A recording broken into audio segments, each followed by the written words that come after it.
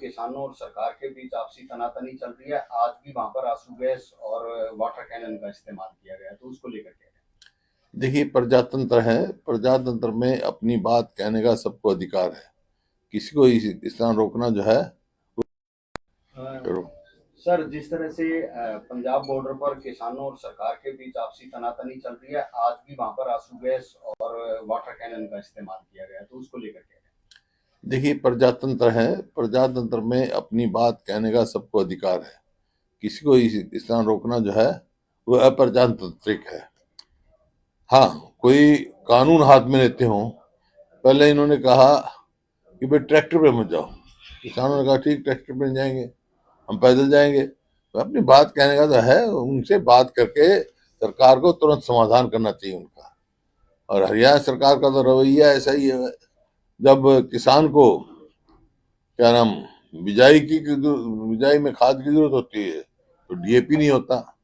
जब सिंचाई करनी पड़ती है, जब यूरिया नहीं होता, जब फसल तैयार हो जाती है तो उसको बाजार में एमएसपी नहीं मिलती। तो ये है, किसान की समस्याएं हैं, उनकी बात करके उनका समाधान निकालना चाहिए। लेकिन यहाँ के जो सरकार के मंत्री हैं वो ये कह रहे हैं कि अपनी सरकार से मांगो, जो पंजाब की सरकार है, हम तो फसलों का मूल्य दे रहे हैं। एमएसपी देना केंद्र सरकार का काम है। ये फसलों का कह रहे हैं, हम तो 24 फसलों का वो दे रहे हैं, एमएसपी दे रहे हैं हरियाणा। 24 फसल होती नहीं हरियाणा में। और आज खाद जो धान जो है, धान की एमएसपी नहीं मिली किसान को। खुद मुख्यमंत्री ने कहा था चुनाव के दौरान में कि 3100 रुपए के हिसाब से धान खरीद होगी। या तो एक मैंने नहीं कहा। और उसका भाव है एमएसपी 2320 रुपए। किसान को नहीं मिल रहे 2100 रुपए भी। उसको उसको भी 100, 200, 250, 300 की कटौती लग रही है उसके। कहाँ एमएसपी मिल रही है? कौन सी 24 फसल है? मैंने तो असेंबली में कहा था 24 फसलों का नाम तो बता दो भाई, जो हरियाणा में होती हो। 24 फसल कहने को, कहना कुछ, करना कुछ। वहाँ कील गाड़ दी है टिकरी को बॉर्डर पे भी जो है और ज्यादा करा। मैंने कहा ना, ये तो अप्रजातांत्रिक है। कोई अगर, हाँ, कोई कानून हाथ में ले रहा है तो देखो अधिकार है सरकार का। लेकिन प्रजातंत्र में ऐसे आवाज नहीं दबानी चाहिए, बात सुननी चाहिए उनकी। बात सुनकर समाधान, हर चीज का समाधान होता है, बातचीत के द्वारा समाधान इसका निकालना चाहिए। क्या लगता है इसके पीछे, समाधान की बात करने पीछे की समाधान निकलना चाहिए सरकार का, क्योंकि सरकार ने कहा था एमएसपी की कमेटी बनाई थी, कई साल हो गए, उससे कोई वो नहीं आया है। कांग्रेस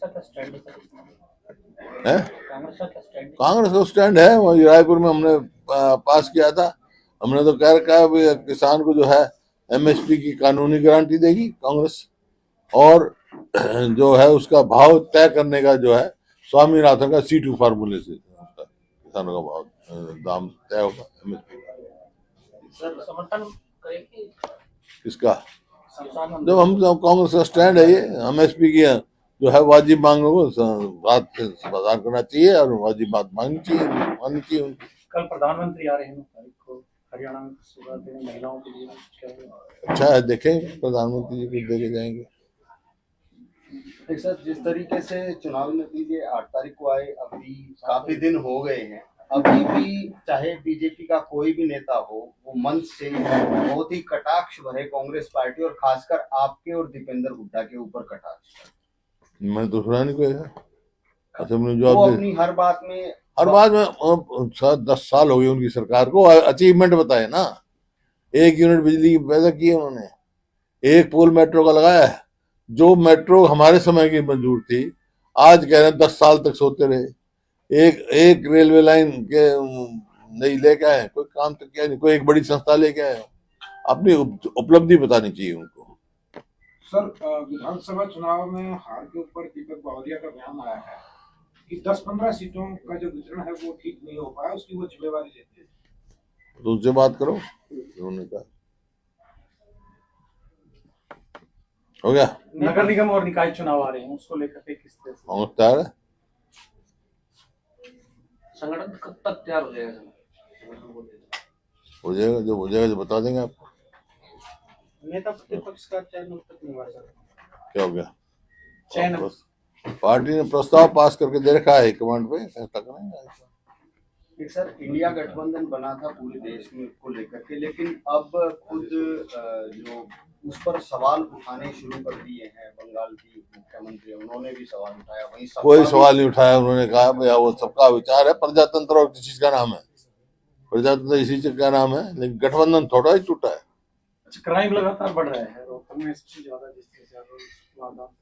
वो तो आज से थोड़ा 10 साल हो गए। तो अब ये जो सारे बदमाश जो भाग गए थे फिर आ गए हरियाणा में। हरियाणा में अपराधियों की सरासती बनी हुई है। सर, क्योंकि इन अपराधों के पीछे ज्यादातर गैंगवार का बहुत ज्यादा सिस्टम आ रहा है, और लोग आज हरियाणा में कोई अपने आप को सुरक्षित महसूस नहीं कर रहा है। और ये मैं नहीं कह रहा हूँ, ये आप नेशनल क्राइम रिपोर्ट है उसमें भी है, और जो इनकी सर्वे है उसमें भी है कि हरियाणा असुरक्षित प्रदेश है। आप सीनियर लीडर हैं, क्योंकि बहुत से छोटे बच्चों को गैंगस्टर टारगेट बना रहे हैं, तो क्या यूथ के लिए आपका क्या संदेश है, क्योंकि बहुत छोटे 16-16 साल के बच्चों को ये लोग टारगेट बना रहे हैं सोशल मीडिया के माध्यम से। अरे वही तो मैं कह रहा हूँ, अपराध का तो कंट्रोल करना चाहिए। अपराध को लॉ एंड ऑर्डर सिचुएशन प्रदेश सरकार की होती है। हमारे समय में पहले जो 2005 से पहले भी ऐसी परिस्थिति थी, लेकिन सब फिर 10 साल तक बेहतर कानून व्यवस्था दी हमने। नशा भी बढ़ रहा हैं? है, नशा भी युवाओं में खास। हाँ, नशा तो पंजाब से भी ज्यादा मौत हो रही है नशे की हरियाणा में। चलो, एक और गीता जयंती चल रही है सरकार की, क्या क्या लगता है इससे कुछ फायदा होगा? गीता जयंती सरकार की या किसी की नहीं, सबकी है गीता जयंती भाई। गीता सब, गीता को तो पहले भी चलते थे, तो गीता सबकी है, तो मानते हैं गीता को। ठीक है।